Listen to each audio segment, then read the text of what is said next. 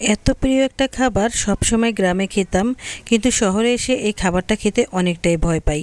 কারণ শহরের বাড়িতে এই কচুর শাকটা না একদমই তেমন একটা ভালো জায়গা থেকে নিয়ে আসে না। এই ভয়ে ভয়েই কচুর শাক তেমন একটা কিনা হয় না। তো যাই হোক, তারপর আজকে যখন দেখলাম যে শাকগুলো ভীষণ সুন্দর, অনেক ভালো আর দেখতে অনেকটা পরিষ্কার, তখনই ভাবলাম যে না, আজকে এই শাকটা আমার খেতেই হবে। তাই আজকেই নিয়ে নিলাম। তো যাই হোক, দেখেন কত সুন্দর হয়েছে। তো শাকগুলো ভীষণ পরিষ্কার ছিল, ভালো ছিল, তাই নিয়ে নিয়েছি। আর অনেকটাই তাজা ছিল। আর সাথে একটা কলমি শাকের মুঠাও নিয়ে নিয়েছি। আসসালামু আলাইকুম, কেমন আছেন সবাই? আশা করি ভালো আছেন। আলহামদুলিল্লাহ, আমিও ভালো আছি। 50% মানুষই কিন্তু কচু শাক রান্না করার ভয়েই খায় না। সত্যি বলতে কচু শাক রান্না করাটা অনেকে অনেক ঝামেলা মনে করে, কিন্তু আমার কাছে তেমন একটা ঝামেলাই না, খুবই সাধারণ। আর আমি কিভাবে কচু শাক রান্না করি আর কতটা মজা হয় আর কেনই বা মজা হয়, সেটা এখন আপনাদের সাথে শেয়ার করব। তা এখন কচু শাকটা আমি কেটে একদম কুচু কুচু করে নেব। সত্যি বলতে এই শাকটা আমার কাছে অনেক প্রিয়। মানে এটা যেমনটা আয়রনে ভরপুর, তেমনটাই পুষ্টিকর আর খেতেও অনেক ভালো। একবার যদি বাচ্চাদেরকে কচু শাক খাওয়া শিখিয়ে দেন, তাহলে দেখবেন বাচ্চাদের শরীরে আয়রনের তেমন একটা অভাব পড়বেই না। তো যাই হোক, এখন আমি শাকগুলোকে কুচু কুচু করে কেটে নিচ্ছি। আমি দেখেছি যে যশোরে যখন গিয়েছিলাম, তখন দেখেছিলাম যে ওরা কখনোই শাকটা ছুলে কুটে না, মানে ডোকাটা ছুলে না, তো ওরা এমনিতেই কুচো করে নিয়ে নেয়। তা আমাদের দেশে আবার কুমিল্লাতে কিন্তু ডোকাটা ছুলে ফেলে। তো যাই হোক, আজকে আমিও ছুলবো না, আমি এভাবে নিয়ে নেব। তবে মোটা মোটা যে গোড়াগুলো আছে ওগুলাই একটু ছুলে নেব। তো যাই হোক, এভাবে কুচু কুচু করে কেটে নিয়েছি।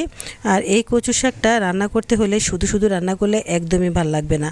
আর তার সাথে যে যে উপকরণগুলো দিলে শাকটা ভালো হয়, আজকে আমার পুরো ভিডিওটাই দেখবেন, তাহলে বুঝতে পারবেন আমি কি কি উপকরণ দিয়েছি। আগে যখন গ্রামে ছিলাম, যখনই বাবার বাড়িতে যেতাম শ্বশুরবাড়ি থেকে, তখনই আমার দাদিকে বলতাম যে কতগুলো কচু শাক তুলে আনতে, কারণ আমার খুব খেতে ইচ্ছে করতো।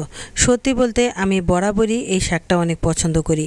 আর আগে তো এগুলো কিনতে হতো না, এগুলো বিশেষ করে যেমন ওই যে ধান ক্ষেত হয় না, ওই ধান ক্ষেতের পাশে পাশেই কিন্তু এগুলো হয়ে থাকে, এমনিতেই পাওয়া যায়। তো যাই হোক, দেশের মানুষ কেউই এই কচু শাক কিনে খায় না। আর আমরা শহরে যারা আছি, তারা কচু শাকের জন্য কত পাগল, এটা আবার কিনেও খাই আমরা, ভাবতে পারছেন?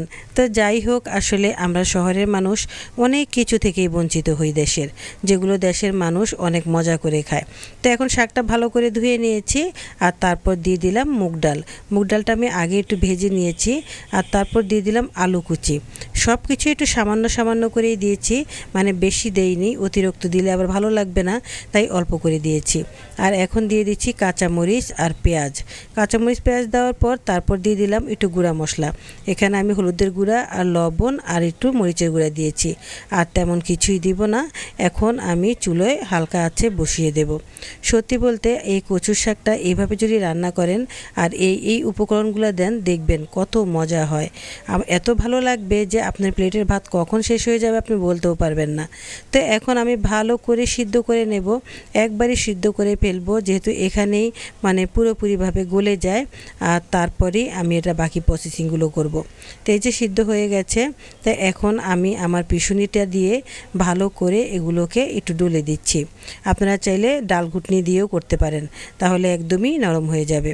আর এখন দিয়ে দিলাম কয়েকটা ফলি। এটা হচ্ছে আমের ফলি।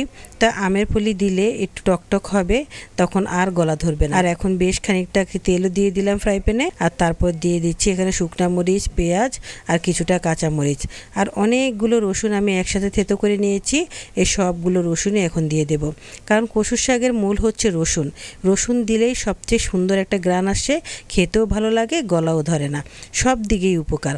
তো যাই হোক, এগুলোকে এখন আমি বাদামি কালার করে একটু ভেজে নিয়েছি। আর তারপর দিয়ে দিয়েছি একটু জিরের গুঁড়ো।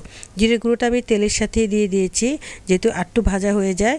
আর তারপর দিয়ে দিলাম সেই কচু শাকগুলো। বাস কি সুন্দর হয়েছে দেখেছেন, একদম ঘুটে ভর্তা বানিয়ে ফেলেছি। আমার মতো এভাবে কচু শাক রান্না করে দেখবেন, আমি গ্যারান্টি দিয়ে বলছি, আপনি বাজারে গিয়ে শুধু কচু শাকই খুঁজবেন। সব শেষে ধনিয়া পাতাটা দিয়ে দিলাম।